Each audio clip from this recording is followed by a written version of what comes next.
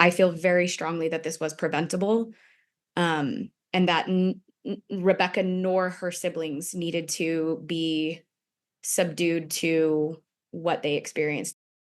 Yeah, this is an awful story, and I feel like we're just starting to scratch the surface on what happened here. Educators at Empower Prep School in Phoenix, they are sharing their heartbreak over the murder of this little girl, one of their former students, 10-year-old Rebecca Baptiste. Educators claiming they alerted the Arizona Department of Child Safety at least a dozen times that she and her siblings were showing signs of being abused. 12 News journalist Sean Rice is here with more on the case that has really torn apart these educators. Sean?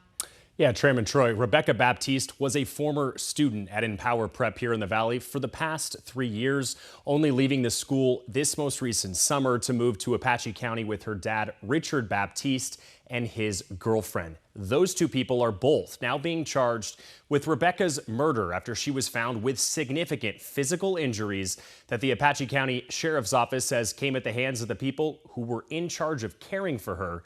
Again, her father and his girlfriend. Now, on the afternoon of July 27th, Holbrook police officers responded to the intersection of Highway 177 and Highway 180. They found Rebecca unresponsive there at a trailer on scene. She had severe injuries, and after first being taken to Little Colorado Medical Center, she was flown to Phoenix Children's Hospital here in the Valley.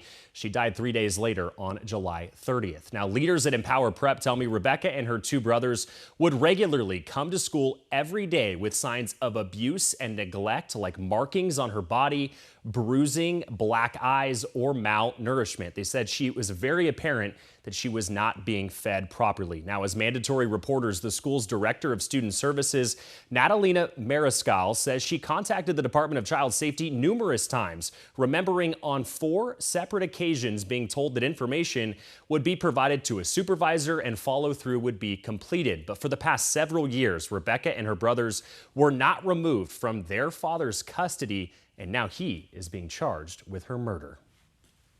Just horror to know that the sweet girl that we knew and loved and saw daily is no longer here, and just great sadness and outrage that this could have been prevented, that there are systems in place to keep her safe, that all the systems in place that the school was capable of accessing were utilized, and even those efforts have gone to failure. And when asked about these allegations that more could have been done to prevent her murder, a DCS spokesperson said in part, quote, "The Department's Safety Analysis Review Team will be conducting a thorough review of this case. The goal to identify and understand any systematic barriers that may have influenced the outcome." They added, quote, "We cannot predict the future and must operate within the boundaries of our legal authority." Now, the Apache County Attorney's Office has charged Richard Baptiste and Anisha Woods, his girlfriend, with both murder and felony child abuse. They are both being held in the Apache County Jail on $1 million bail. Troy. Yeah, and it's disturbing to hear the DCS spokesperson say they can't predict the future, because I would imagine that they have experts there whose whole job is to look at a pattern of abuse and at least make a pretty good guess as to which way this is going, or at least take the child away for some time. Do we know anything about if she's ever taken out of the home with these earlier reports, or were they just ignored? Yeah, you had mentioned a guess. In this case, educators do not believe this was a guess. They said this was very apparent signs of child abuse. In terms of whether or not Rebecca and her two brothers were ever removed, her uncle last night, we spoke with him.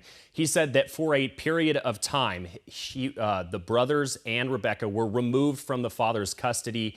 He sobered up. He's known to have an alcohol problem. He represented evidence to the Department of Child Safety that he may be in a condition to allow the children back into his home. They allowed that to happen, and here we are now. Mom, I'm told, is completely out of the picture because of some substance abuse issues as well. So just a terrible situation all around. She didn't have much of a chance, did she? Sad. That Oh, little girl. it's so sad.